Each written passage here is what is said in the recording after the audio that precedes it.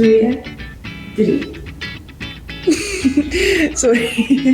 In hierdie week se Blitsbos voorblad met van op pad. Met van. Ek het net. Lees ons oor die diakonaat. Lees ons oor die diakonaatvergadering. Lees ons oor die diakonaatvergadering.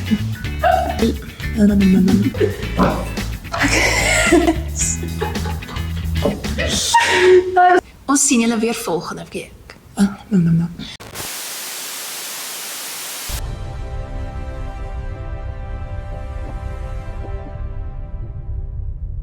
Goeiedag, my naam is Nicole McLaughlin en welkom by hierdie week se Blitsflits, maar ook welkom by die Hervormde Kerk. In hierdie week se Blitsbos voorblad van Op pad met Ivana, lees ons oor die diakonaatvergadering waar verskeie NWO's hande vat vir toekomstige samewerking. Lees gerus meer in hierdie week se voorblad. En dan het ons graag die volgende goeie nuus rakend ons predikante.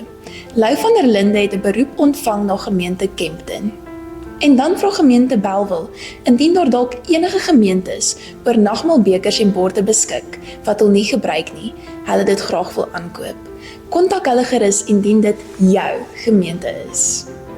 Dan is die nuutste herfsuitgawe van die Vroueflits beskikbaar, as ook die Saaier. Skakels na hierdie leesstof is beskikbaar in die Blitsbos. Baie dankie dat julle by hierdie week se Blitsflits ingeskakel het. Ons sien julle weer volgende week. Selfde tyd en selfde plek. Kom, dan sluit ek vir ons af met gebed. Dankie God vir nog 'n dag. 'n Geleentheid om na U wil te leef. Om weer die vreugde van die lewe te voel en die blydskap te ervaar van gawes aan ander. Dankie vir vriende wat verstaan en die vrede wat vloei uit die liefdevolle hand. Help my om wakker te word in die oggendson, met die gebed vir vandag. U wil geskied, want met U hulp sal ek die reguit pad loop. Dankie weer oor God vir vandag. Amen.